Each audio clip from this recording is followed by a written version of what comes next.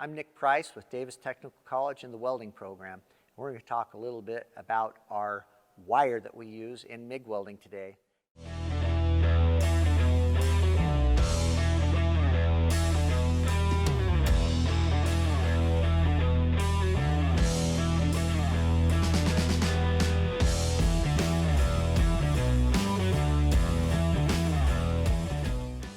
This is the wire that we're using in our MIG welding. It is an ER70S-6. Particularly this one's called L56 Super Arc or Super Arc L56. In our box here, you can find where this wire is labeled. It'll have the AWS numbers here, and you'll look through some of this and it will give you the AWS ER70S-6 number. You can find it on the sticker in here. Other things to note is this wire specifically is called Super Arc L56. And on our Super Arc L56, Super Arc is just kind of like a brand name, like say Nike's.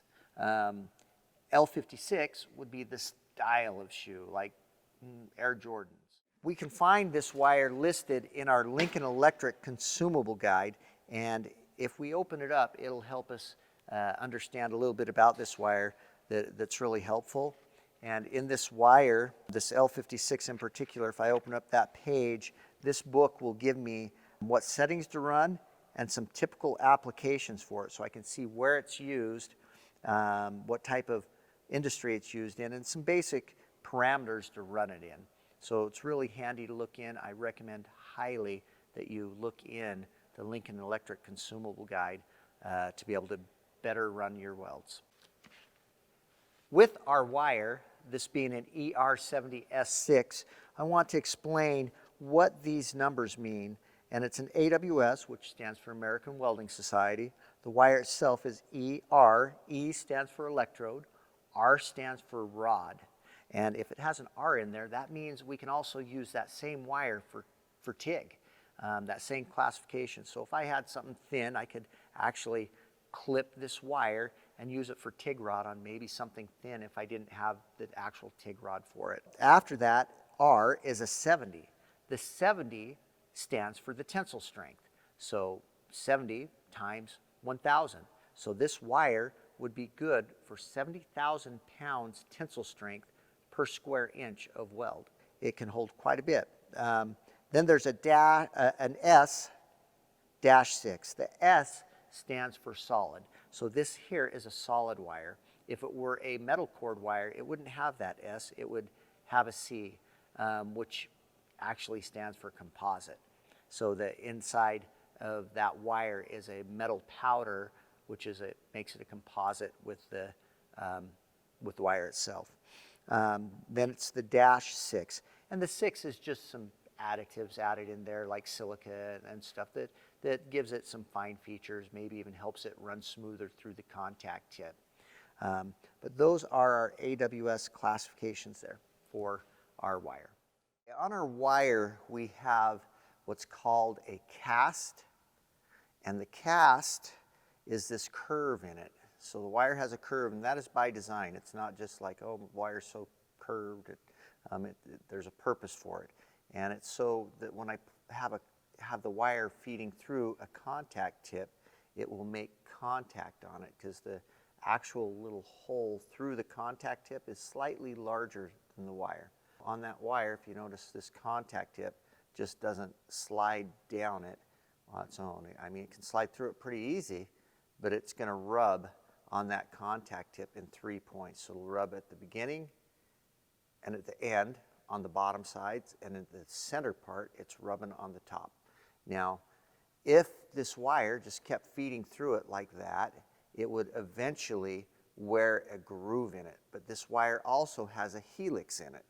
So a helix is just like what you'd think on a DNA strand or something. If you look at this wire here, and I just hold it up, it not only has that cast, but it spirals. So this wire here is spiraling down, and it has a helix. Now the helix is so we don't just wear a groove in that contact tip. So as it's going through, it will also spiral as it's feeding. That way it wears on the contact tip evenly all the way around. I have a few different drive rolls here. For our solid wires, we would use a V-groove drive roll. This is an 035 drive roll, and it's 035 on both sides. It has grooves here and here, and when one side kind of gets wore, I could flip it around and use the other.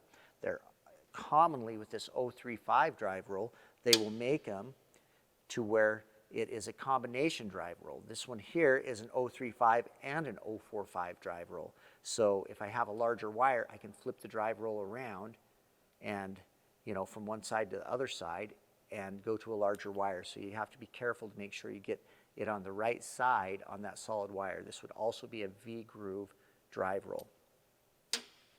Okay, if I'm running a cord wire, it will be a knurled drive roll. These are an 045 knurled drive roll, and cord wires need that knurling so we don't have to pinch it down as tight, and because we pinched it down real tight on a cord wire, we'd smash it and we'd lose whatever type of powder is in there, whether it was metal cord, metal powder in there, or a flux cord, flux powder in there.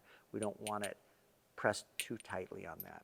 And the other drive rolls we have here is an aluminum drive roll, which is a U-groove. So these have a nice U-groove in it, so when we tighten it on our aluminum drive rolls, it will form to the shape of the wire itself and give contact on all sides of that wire, so it'll feed smoothly without smashing it.